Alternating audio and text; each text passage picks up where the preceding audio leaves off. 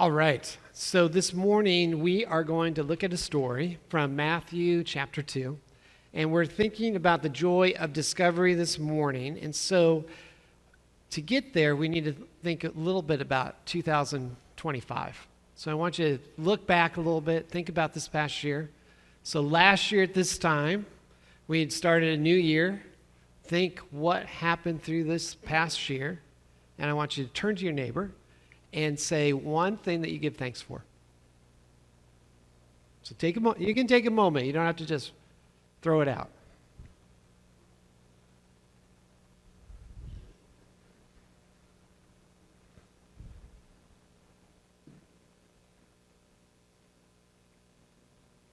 Is that easy?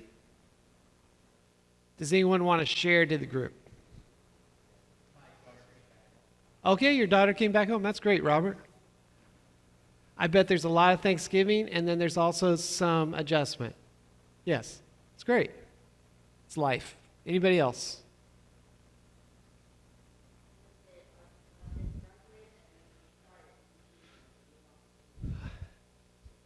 Right, so a lot of unknown, right? Ended something, but started something new. Yeah, so Haley has a new job in Dallas. This is just for the group as we kind of continue to do life together, is that when we see Haley, it's because she has a weekend off, and that won't be very often. So when you see Haley, encourage her. She's just started a new job, internship, right? Where she's working towards her PhD because she wants to be a researcher. So it's pretty awesome. And then Austin, it's not because he's sleeping in, he's not here. He's actually going to school. And so as he goes to school, he's in Oklahoma. Awesome start, good year. I think about that with college kids, is that many start and, after this first semester, I don't know what the percentage is, but it's higher than 20. They stop and they get out of there. So it's always a good thing. Anybody else? One more thing of thanks for this past year. Your health. Vanderbilts were pretty healthy this year. That's good, right? I mean, you didn't meet your deductible? Oh. Okay, well, overall is good. Awesome. It was healthy. You didn't have a tree fall into your house. Right? That's good. It's good things. All right. So that was one thing you gave thanks for in 2025. Now you're going to have to take a little time on this. What's one thing you're hoping for but seems unlikely in 2026? So there's things we hope for, and they're probably, you can say, are pretty certain. Like, I'm pretty certain that I can hope that Zach will pass all his classes in his second semester. It's going to be pretty certain. He's a pretty good student. There's going to have to be something weird happen for him not. I could say I'm hoping that Sarah and I get to stay in our house. It's pretty certain we will. Those are not what I'm looking for. I'm looking for something that you're going, I'm really hoping for this, but it really seems unlikely. The world would tell me that's not going to happen. Okay, share with your neighbor. Some of you optimists out there, you're going to be like, well, everything is likely.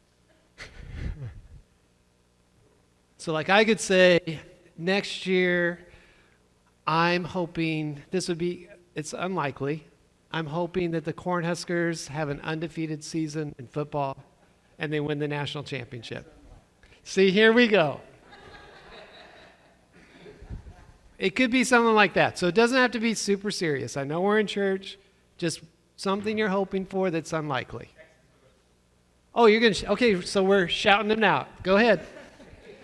Texans go to the Super Bowl. Okay. Anything else?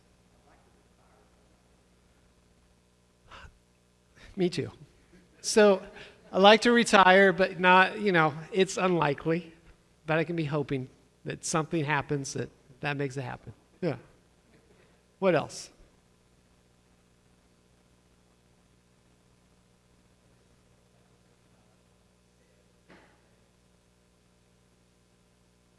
Okay.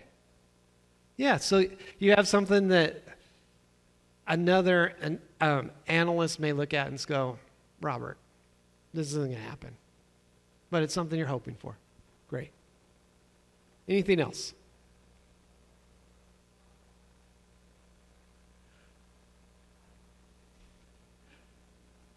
But you're thinking it's unlikely. Okay. So things like, that's something that we're hoping for that is unlikely. Over 3,000 years ago, people were in the midst of really desperately hoping the Messiah would come. Prophets like Isaiah, Jeremiah, Malachi would all point towards this coming Messiah. People were still waiting. Each year they would wait, and so I want you to kind of put yourself in the position of these people before Jesus was born.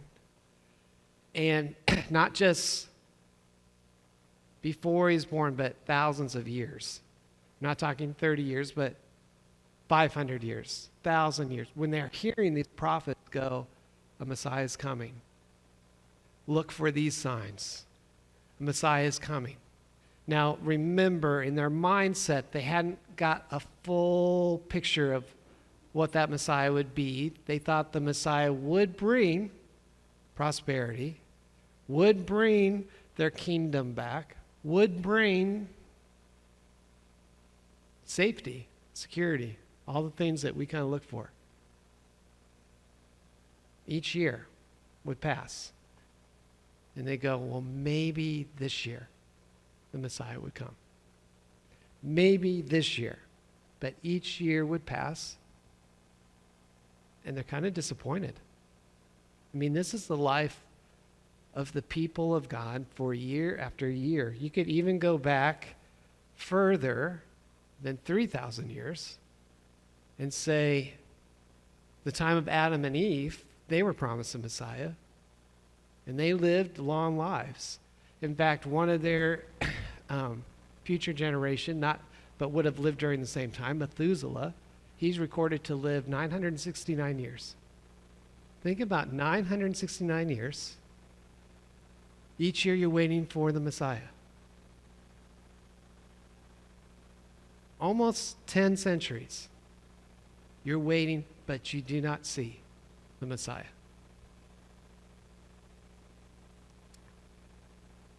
And then finally, 2,000 years ago,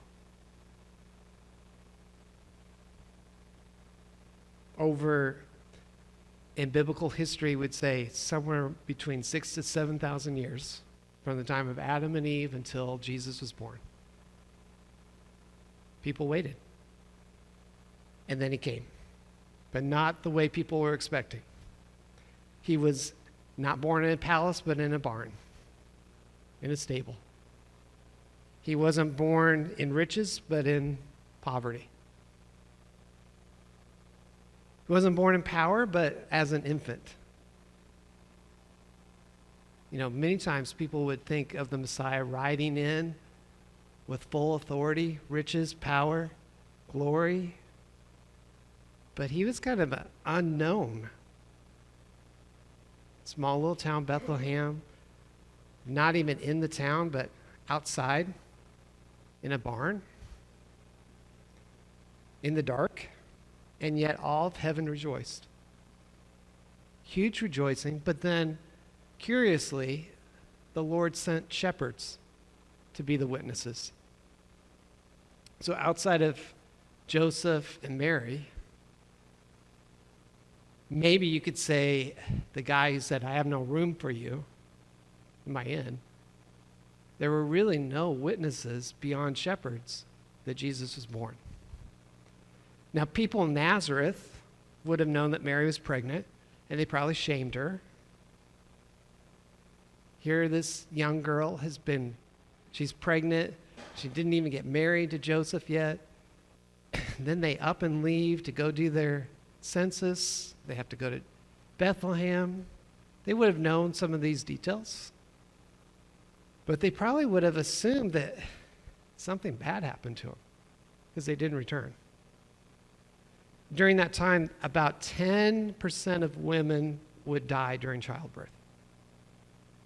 So to put that in perspective, Sarah had 4 children. If she had any more, she would be 50-50 that she'd live. Pretty crazy. 15% of those children that were born would die in that first year. So many people from Nazareth may have assumed they had met their fate. The story had ended. Just another girl who got pregnant outside of marriage and then died during childbirth. Because if you know the rest of the story, they don't return to Nazareth for a few years. Shepherds weren't really considered honest people. So it wasn't like people said, oh man, those shepherds are really honest, hardworking people. They're kind of considered crooks and not well educated. And so it is very curious that God would say, hey, to announce the birth of my son, I'm going to have these guys be the only witnesses. But he did. So for thousands of years, people had been waiting for the Messiah to come. He comes, and then really the only way people know about it is from rumors from some shepherds in a field.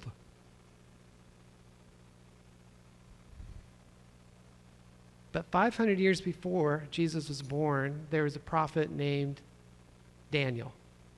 You guys know Daniel? Daniel in the lion's den? Remember that story? If you don't know that story, it's a great story. Read it to your kids. Daniel's in the lion den.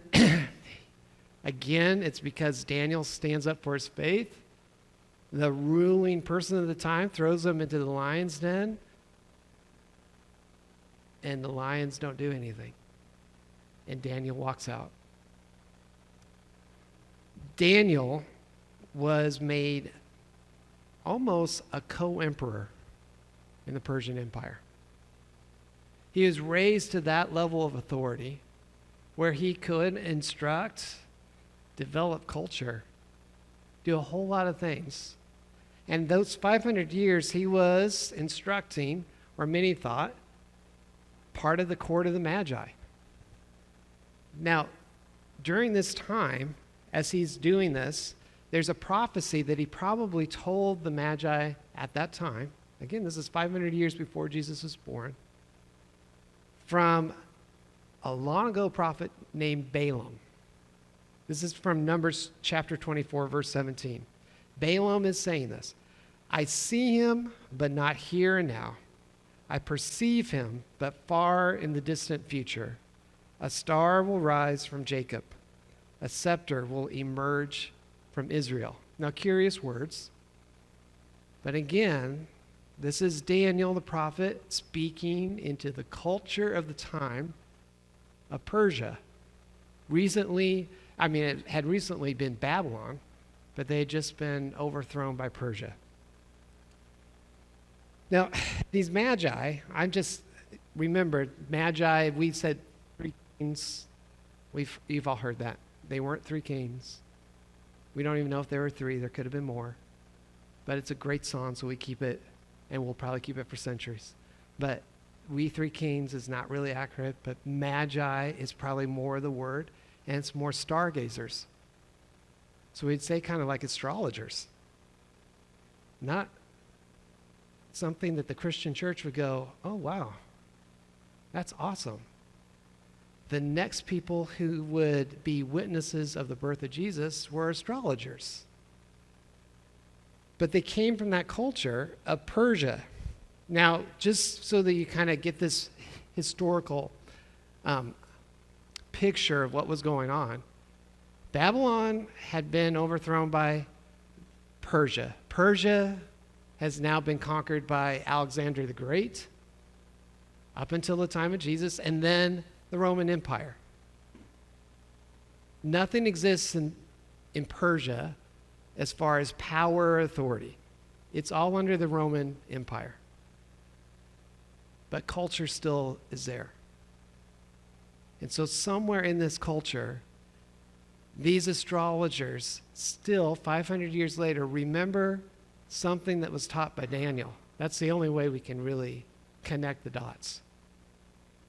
That they also remembered the words that perhaps Daniel shared from the prophet Balaam. So Daniel gave a prophecy to them 500 years before, kind of giving the time that you should be looking. And then Balaam gave them what sign you should be looking for. And really crazy. These astrologers paid attention and went to look for a discovery. Now just think about that. That's like, remember the year 2012 and the Mayan calendars? The whole world was supposed to end. And you find out that, and we were just on a trip, the guy who was talking about it said, you know, it's not really about the world ending. It was just, in a sense, they got tired of making calendars and it just ended. And everyone misinterpreted that as the end of the world. But man, everyone's like, 2012, we got to make movies about this. We've got to, you know, get everyone hyped up that the world is going to end.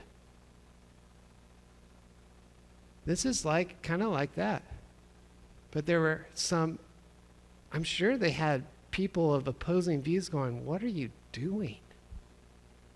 You're going to travel months to some distant land to see if there's a king born that's not even your king? This is what the astrologers decided to do.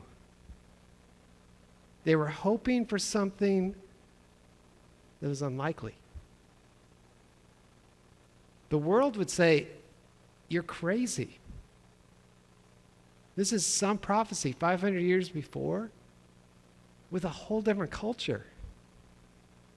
Why are you even looking? What significance would it mean for you? These magi were not, I can imagine that there was no Roman authority that said, let's pump some money into this area of Persia so that the magi could be astrologers. More than likely, the gifts they brought were from their own expense. They were so certain in something that was so unlikely. They weren't Jewish people, most likely.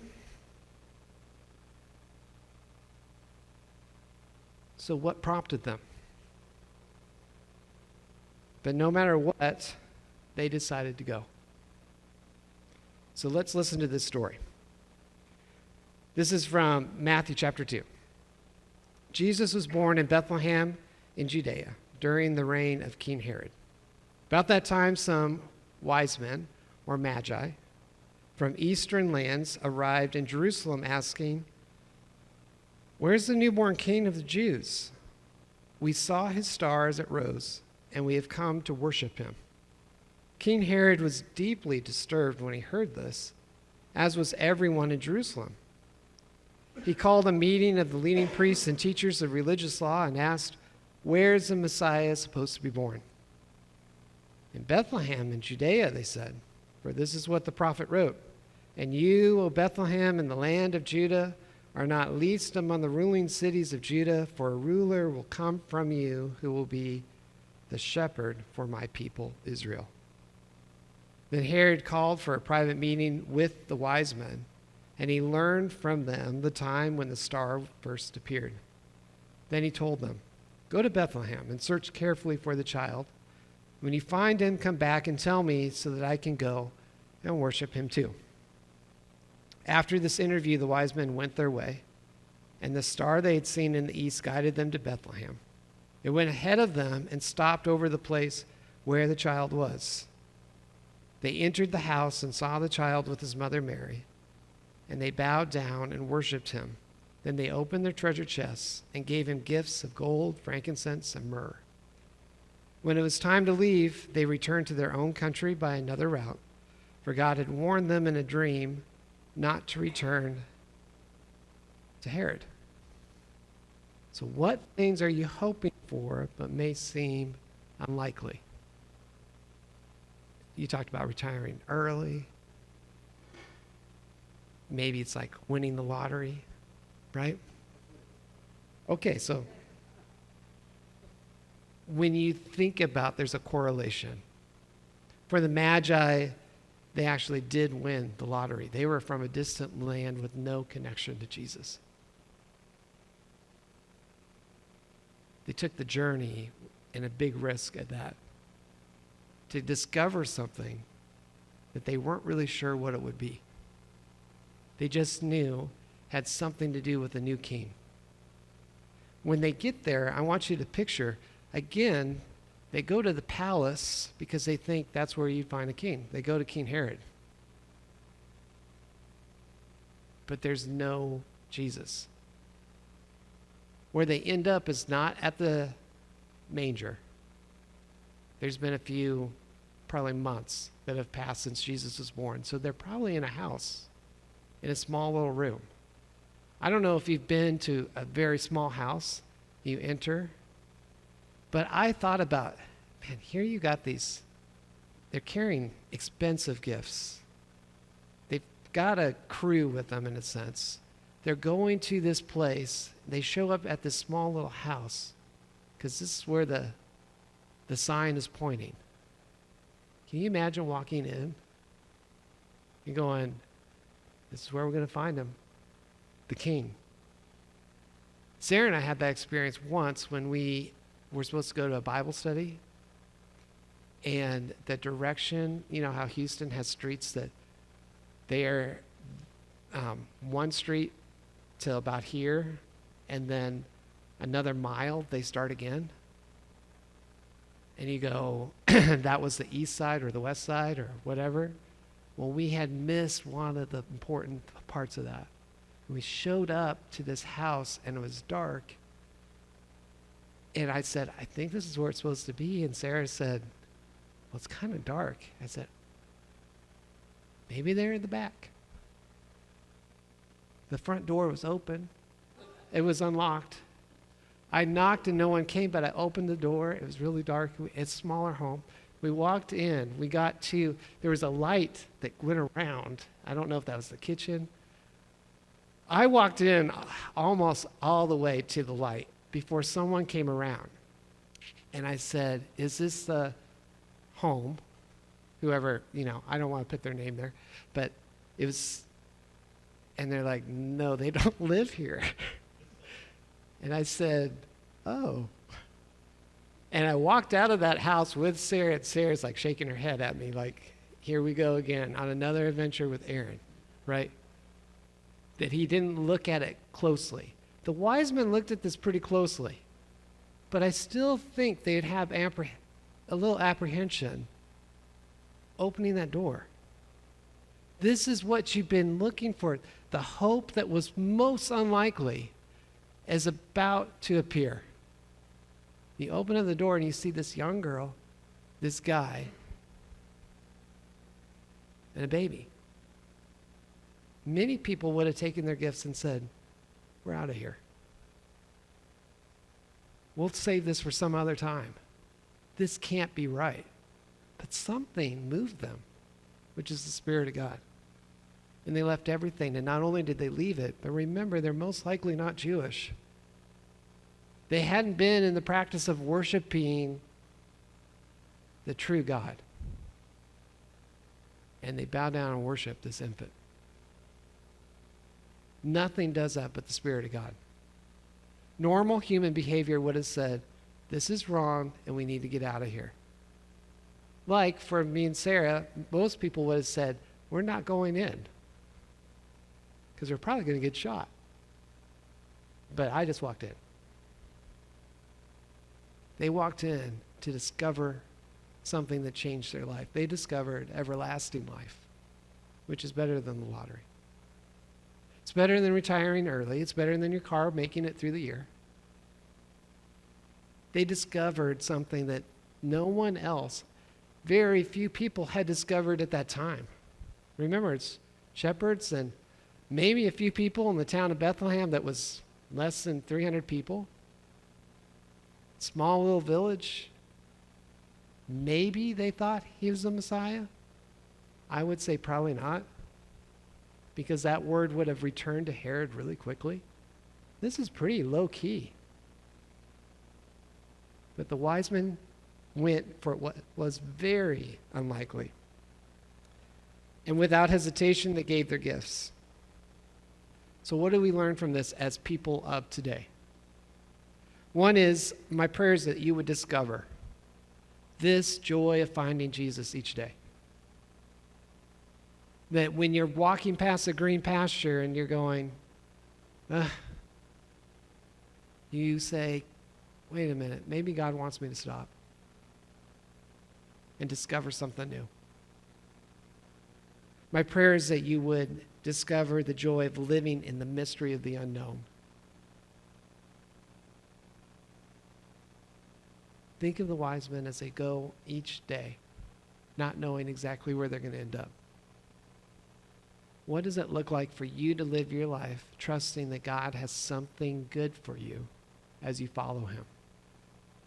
Even when the world says that doesn't make sense. Discover the joy of living in the promises of God. We know those promises. The wise men knew some from the culture that Daniel left 500 years before they left. We have all of it at our fingers. We can get on our phone and look up any verse we want to. Any promise of God. You could, in fact, put in ChatGPT, tell me all the promises of God. It'll list them. We can be reminded daily that he fulfills his promises, that he is faithful. So my prayer is that as he is faithful, which we know he always is, we would be faithful. That we would take the risk to share that story of Jesus with somebody this week. And I don't know who it is, but I know that God presents us with those opportunities. And I don't think he wants us to walk by. Because he wants us to discover joy. There's no more joy that you can find than seeing someone discover everlasting life. It puts everything in perspective. They can be looking for everything but that. And when they find it, it changes everything. Maybe it